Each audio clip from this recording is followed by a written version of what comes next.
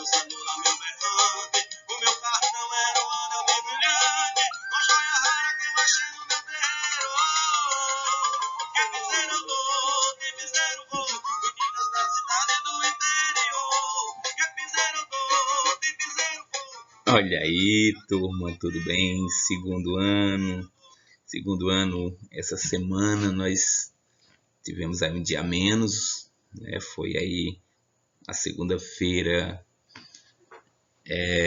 aquele famoso dia que a gente considera da independência, né? Então, vendo isso daí, nós temos essa semana a correção dessa atividade, que eu diria assim, de grande importância. Por quê? Porque ela vai embasar o que nós vamos estar fazendo na nossa prova para o terceiro período, tá bom? Então, a maior parte do embasamento está nesses tópicos aqui que eu vou fazer com você. Show? Então, um forte abraço, vamos em frente, tá bom? Lembrando que nós vimos dois tipos de calor: calor sensível e calor latente. Quem é o calor sensível? Calor sensível nada mais, nada menos é do que aquele calor que faz com que, vamos considerar que o material em si, no caso, ele mude de temperatura, mas não mude de estado. Quem está líquido fica líquido, quem está sólido fica sólido e não vai existir a mudança. Então, a gente chama isso daí de calor sensível. E a gente consegue encontrar através da massa, do calor específico de cada material e a variação de temperatura. É a famosa formulazinha do Q macete, beleza? E calor latente é aquele que vai fazer com que mude o cubo de gelo, deixe de ser gelo, vai ser água. Existe um calor por trás ali que faz com que ele mude, que é o que a gente vai chamar de Q igual a M vezes L, né? Alguns costumam chamar de Q moleza, né? Eu diria que chamaria de Q mais leve. É bem mais leve, só são a massa e o calor em si, né?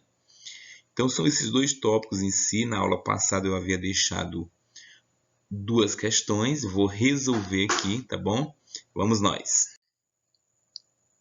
A questão número 1 dizia o seguinte: qual a quantidade de calor necessária para transformar 10 gramas de gelo de 0 grau em água líquida a 0 grau? O texto da tua questão ficou um pouquinho diferente, que seria 1 grau, mas a gente quer considerar nessa situação. Então, ela deixa de ser gelo e passa a ser líquida, ainda permanecendo na temperatura a 0 grau, tá bom? Então, nós vamos ter a massa, que é de 10 gramas, a formulazinha que é o Q mais leve, né? E o calor latente, que é 80 graus, ele quer saber a quantidade de calor, tá bom? Então, a quantidade de calor vai ser Q é igual a 10 vezes 80 cal por grama. E aí, multiplicando um pelo outro, nós encontramos a quantidade de calor, que foi de 80 calorias. Exatamente isso mesmo. Então, quando a questão em si pede somente o calor latente, é simples. Você tem o quê? Você tem a massa e ele te deu aqui o calor específico, né? O calor latente específico desse objeto, que no caso aqui era água, tá bom? Essa era a questão 1. A questão 2, ela é um pouquinho maior, diz assim: tem-se 300 gramas de gelo, inicialmente a menos 20 graus. Determinar a quantidade de calor que a mesma deve receber para se transformar em 300 gramas de água líquida a 20 graus Celsius. São dados os valores do calor específico do gelo e da água, que é 0,5 do gelo e 1 da água, além do calor latente de fusão do gelo, que é 80 cal. Beleza?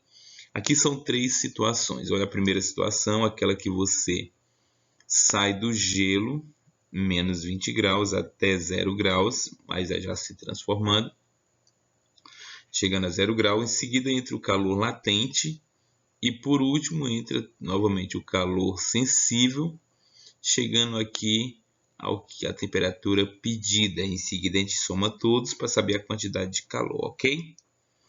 Primeira situação, você vai usar o Quimacete, que é a massa de 300 gramas vezes 0,5 vezes menos 20, que é a temperatura que ele chegou. E aí você tem um valor de menos 3.000 calorias.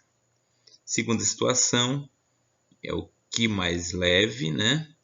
Então nós vamos ter 300 vezes 80, 24.000 calorias. E a terceira e última situação, você tem o Quimacete e você tem também do Quimacete 300 vezes 1, calor específico da água, vezes 20, você encontra 6.000 calorias. Show? Então eu vou fazer a somatória dessas 3 calorias encontradas e responder a pergunta que ele me pediu. Ele me fez um pedido. Ele disse: determine a quantidade de calor que o mesmo deve receber. Então eu tenho Q1 mais Q2 mais Q3. E aí, fazendo os cálculos, o Q1 é menos 3.000, o Q2 mais 24.000 e o Q3 mais 6.000, totalizando 27.000 calorias. É isso aí, turma. Então vamos nós, veja o que aconteceu.